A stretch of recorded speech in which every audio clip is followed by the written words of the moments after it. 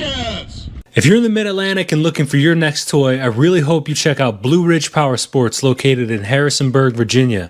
All their information is listed in the description below. If you're after a Honda, KTM, or Can-Am, they've got you covered. They have competition motocross, enduro, and cross-country bikes. They also carry sport quads and utility 4x4s from Honda and Can-Am. Every customer is treated as if they want your business and for you to return in the future for your next machine. I really hope you consider Blue Ridge Power Sports for your next purchase. Trust me, you'll have a great experience. Round 2.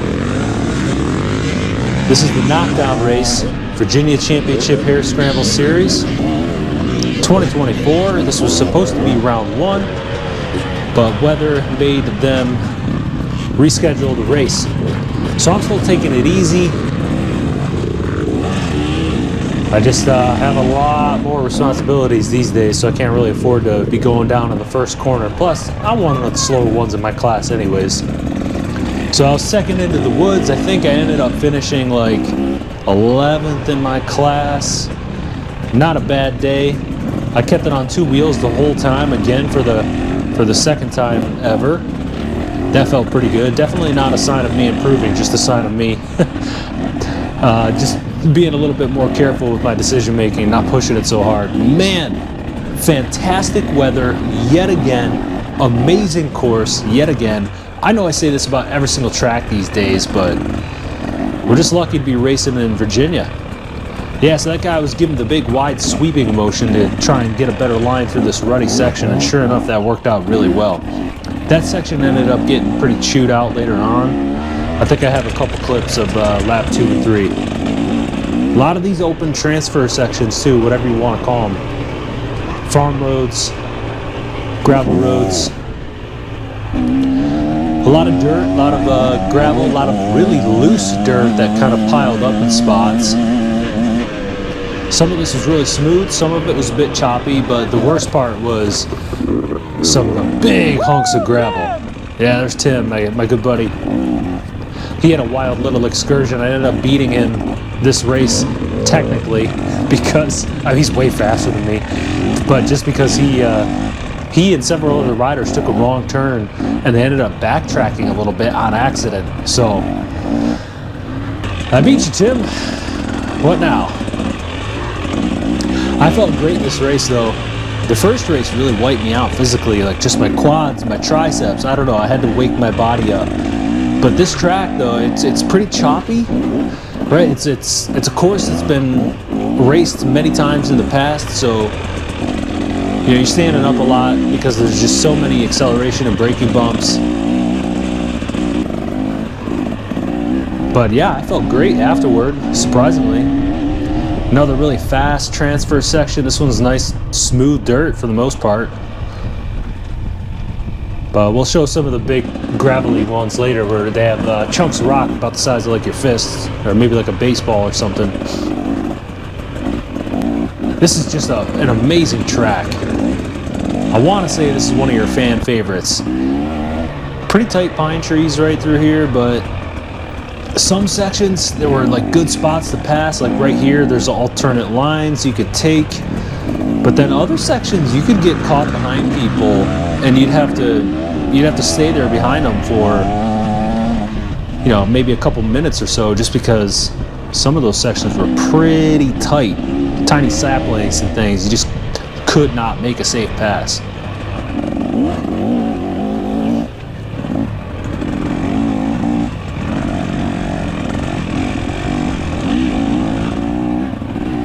Yeah, I just had a blast this race.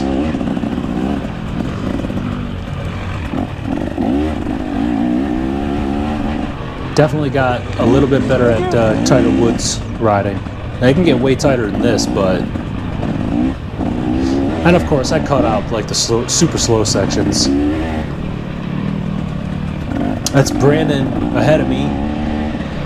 One of the guys I've gotten to know here in this racing series. He's a decent amount faster than me too, so I'm just trying to tuck in behind him and hang. Now he's caught up behind a rider right now, but yeah, I think he's on a 250 FX. Really good bike for this kind of racing. especially on the East Coast where we do have quite a mix of terrain and like style of tracks. This is kind of tighter, twisty pines.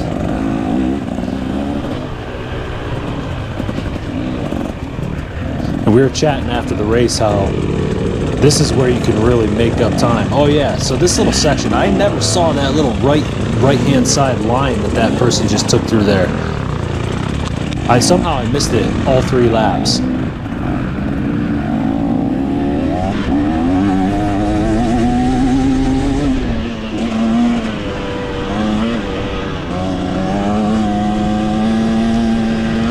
Yet another one of these fast spots. Quite a few of them through there. Then we had the sweeping left turn, which I never really hit very good. And diving back into the woods. And at this point, Brandon kind of lost me there.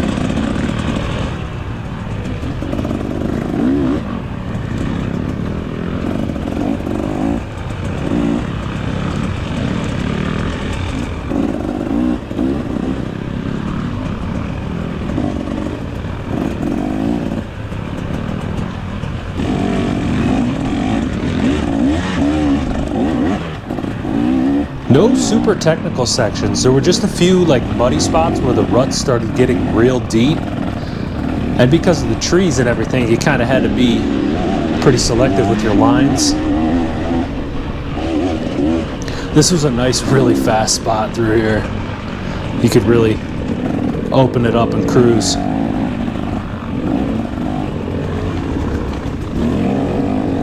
Tried getting creative with a pass, but there was a low branch that I barely snuck under. I think I sneak in or around the side, but like just through here, on the brakes, leaning backwards, triceps burning, downhill, all those little braking bumps. Another thing I noticed in this course too was in my only 2.5 years experience racing Hare Scrambles, this one had the best markings for mile markers. Like it was, there were plenty of them. They were all throughout the course. You just had a really good idea of where you were on the track. So I hope to see more of that. I know that's a lot of work for the promoters. I think I goof up a pass here. Yeah, so here's a miscommunication. He's waiting left. Oh, but I already committed to the right. So I look back and I tell him, my bad, my bad. By the time I had made the commitment to the right and I twisted the throttle, he was giving me the go ahead and go left, which, you know, I do that too.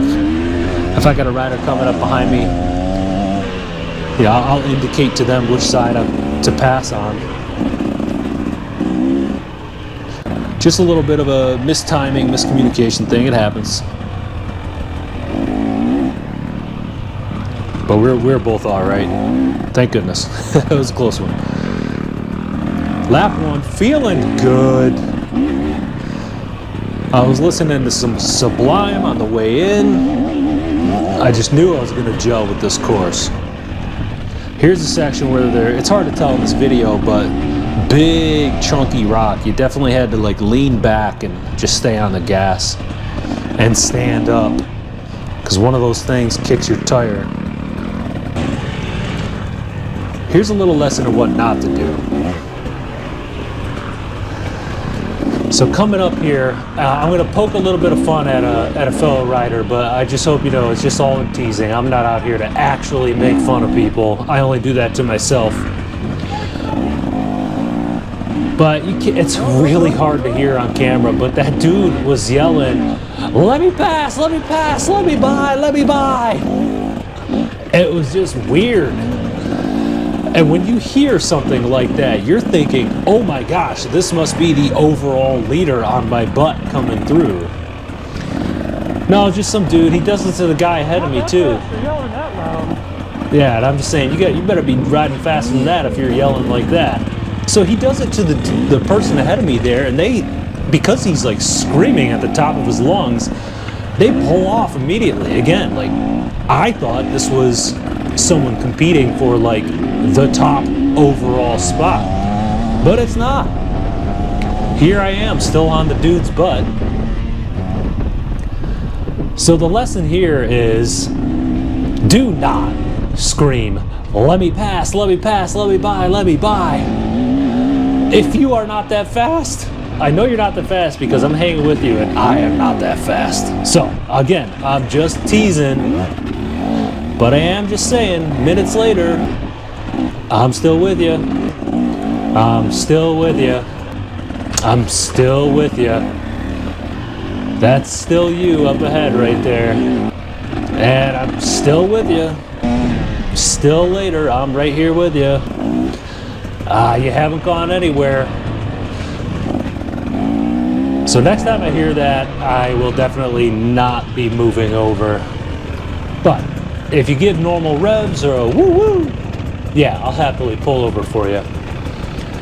You just better be faster than the people you're barking at.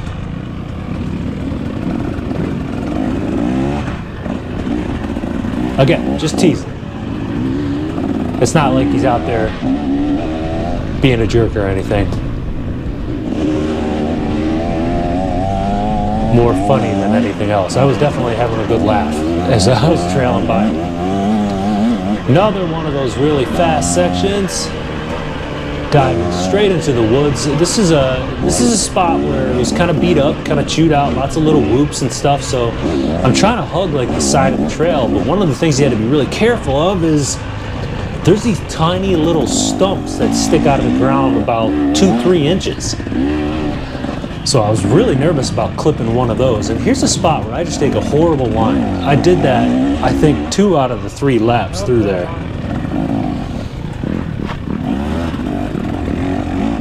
It was a little bit muddy and just kind of an awkward hill placed between the pines there.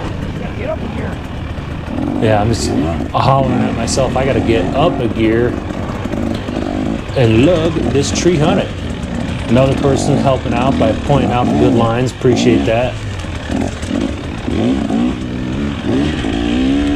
Here we are coming up to the finish line here very soon. Sneak in a quick little pass right here.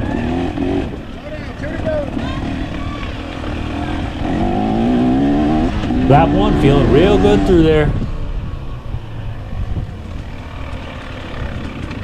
Again, we got uber lucky with the temperatures and the conditions.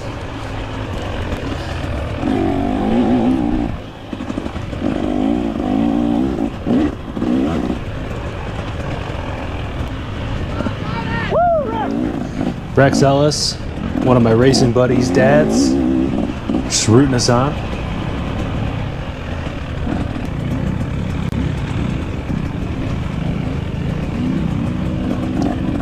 This is a fun little hill climb through here. A little bit rutted, a little bit muddy. Just a good little climb.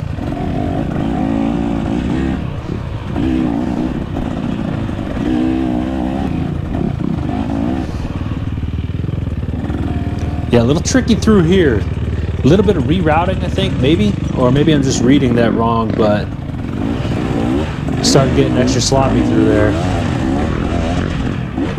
I almost picked a really bad line, too.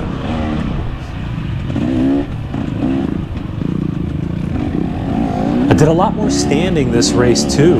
Again, I'm actually pretty blown away at the level of fatigue from round 1 versus round 2, at least for me. I was like, I had sore quads and triceps into like Thursday. God, I'm getting old. But after this race, here I am the day after doing this recording, and I feel great. I don't know if I just didn't push it as hard or what, but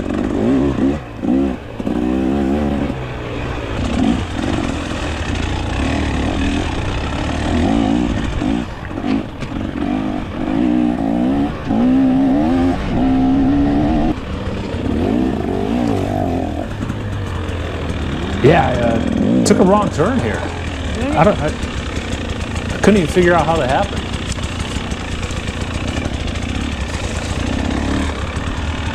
That cost me a couple seconds.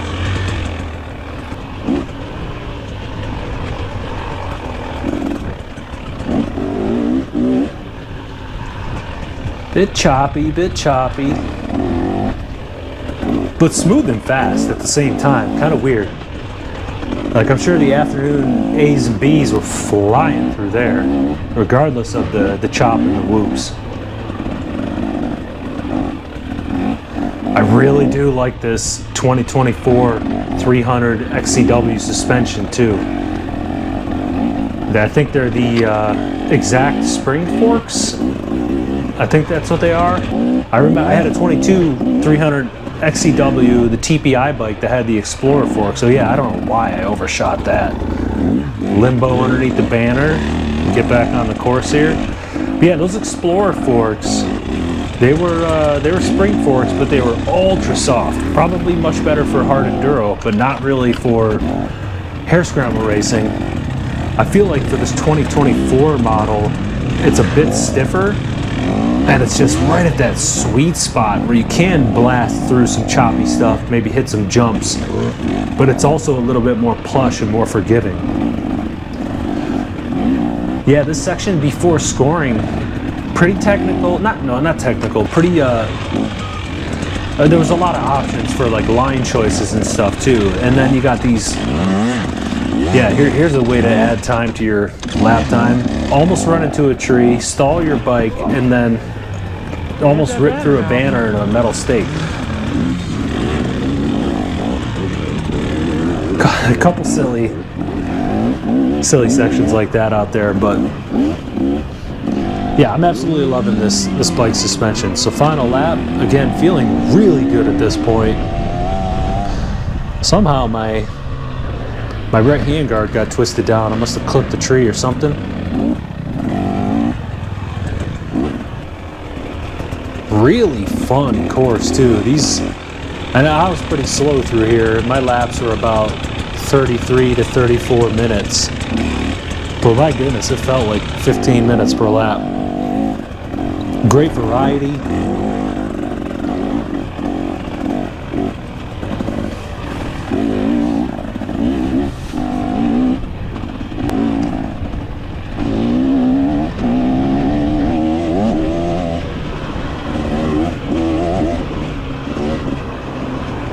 That little high-speed section. A little bushwhacking.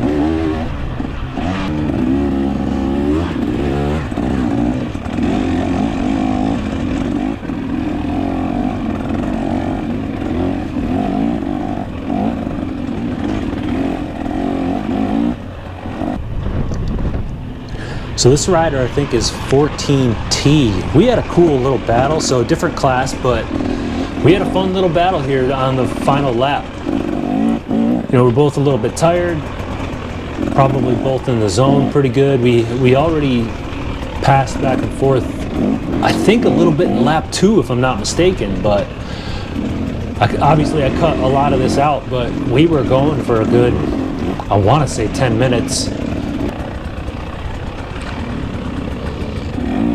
I think I worked in a pass. No, I tried to, but failed. Yeah, that was cool. So I missed the pass there. Woo!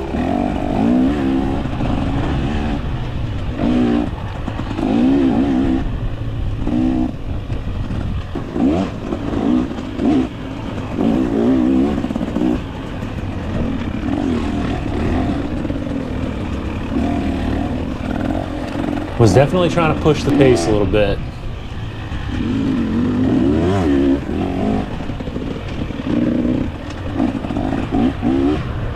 I think I finally work it in here, but he also just kind of probably let me by too. And it's like after you pass somebody too, it's like, okay, well I gotta show him that I've earned this, so. Although I was not barking behind him to pass. Oh yeah, this. Sound cut out right there because I, had to bleepity bleep, but yeah, they're towing out this ATV right in the middle of the track, and I just got unlucky with timing. But yeah, final lap here, finishing strong, feeling excellent. Yeah, great race. Looking forward to the next round. Thanks for watching, everybody.